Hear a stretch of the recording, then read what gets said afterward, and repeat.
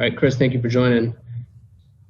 We're going to start with Dwayne Rankin with the Arizona Republic, followed by Gina Mizell. Yeah, Chris, first, they caught some audio of you at the end of the game with Coach, and you were saying you were trying to calm down, and Coach looked at you and said, you don't have to calm down. And he gave you that hug. What was that moment like where you're trying to bring yourself down and you have Coach there to help you with that? It was just a lot of excitement, a lot of emotion from myself, Coach, the team, and, just real life stuff, you know what I mean, that they happen to catch. Okay. Quick follow. Obviously, that came out that Beverly is going to serve a 1-game suspension without pay at the start of next season. He's apologized on Twitter. And obviously, you guys, just curious your thoughts on the whole process now that the suspension has been handed down to Patrick. We're done with that series, so we waiting to see who we play next, and we getting ready for that. Next is Gina Mizell with Suns.com, followed by Kellen Olson. Hey, Chris, kind of a broader question for you. I've noticed kind of in your pregame routine a couple of things, whether it's when you go sit on the bench with the basketball by yourself, when you grab Javon, like you mentioned during the Clippers series before the national anthem, when you bang your back against the stanchion right before tip-off. Just how did you kind of develop those little things in your routine? What is your mind going through in those moments? And like, how does that help you just like get your mind right for a game or get locked in? I think just routine. It's a lot of guys on our team throughout the league. You just have things that you do that you're used to. And it's crazy. I mean, if somebody watched me every second from when I ran out of the locker room, they see a whole bunch of stuff. But some of it just builds camaraderie, right? Camaraderie as a team. Me and JC forgot when we started doing that at some point during the season. And then, once it works, you just start looking for each other. As soon as the clock runs out, we know that that's part of our routine. Me hitting the stanchion 3 times, me and Kel backing up before the jump ball, just all those little things. Next up is Kellen Olson with Arizona Sports, followed by Nick King. Hey, Chris, after Game 6, you mentioned those partially torn ligaments in your hand. I'm curious how it felt for you and how you managed it over the next 3 games and how the hand feels right now. Managed it well, good. These days that we've had off have been really good. And, we all get a chance to rest up a little bit before we get it going again.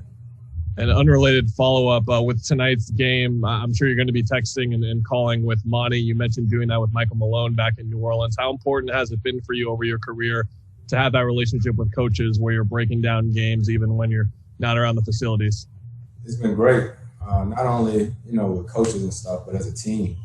All of us got together and watched the game the other night. We'll all probably be talking during the game tonight, and that's just the way we are. That's the way we've been all season long, and it's fun to be a part of a group and a team like that. Next is Nick King with Channel 3, Channel 5, followed by Kent Somers. Chris, what was that like the other night, riding on top of the car with Book and just seeing everyone?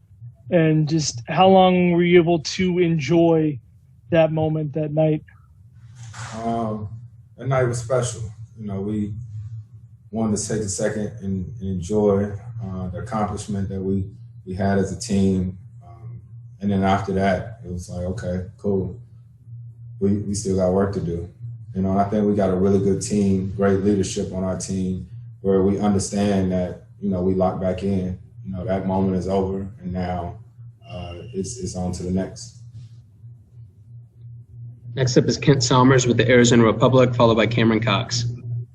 Whenever we see and talk to Monty, he's cool, calm, collected. How often does he get mad, and what does that look like? The coach can get mad. The coach he's unique in that I think he said it after the last game. You know, he has a thing that he didn't do that when we was in New Orleans, but I heard him say it earlier when I first got here this year. He said, "I don't call you out, I call you up." You know, and that's unique. I feel like I've heard everything from coaches over the years, but I never heard that. And it's really cool because when he does get on guys, he's just genuinely letting you know that I just want you to be better. And so, you know, when you got a coach like that, I think it builds trust and everybody understands everybody's coming from a really good place. Next is Cameron Cox at 12 News, followed by Sierra Santos. Hey, Chris, just wanted to get your thoughts on being in the finals. You've been in this league a long time. Just what does this moment mean to you, and have people around the league that, you know, you've respected for a long time been, you know, reaching out to you and congratulating you on getting to this point in your career finally? Yeah, it's cool. It's good. Don't get me wrong. I'm excited or whatnot, and you know I worry about it when it gets to it. But I don't know. Something that's been on my mind a lot too is the situation with Sha'Carri Richardson. You know, one thing that remains true is one thing that is always going to be a constant is change, right? And so for her, and to see how much work she's put in over these last few years, and for me to be an Olympic athlete and to know what that means, it's not right. You know what I mean? It's not right for her to work her tail off the way that she has, and you can't tell someone how to deal with trauma or how to deal with mental health, whatever it may be. Marijuana is not a performance-enhancing drug, so you know, I worry about the finals when it gets to it, but Olympics is one of those things, comes around once every 4 years, and I feel like she deserves her opportunity. Next up is Sierra Santos with Fox 10, followed by Jose Romero. Hey, Chris, following up on that, have you gotten to speak to her or reach out to her? I haven't yet. I wanted to. I know she went to LSU, and you can just see when she speaks how genuine she is and how much she loves what she does. And there's a spirit about her that's just contagious. You have no choice but to root for her. And to have a daughter of mine, I remember when she was on television and she was talking, and my daughter was just looking at her. So I don't know. I think when you follow sports as a fan, athlete, whatever it is, you find people that you root for. And I root for her. And I think it's watch my language, it's a messed up situation.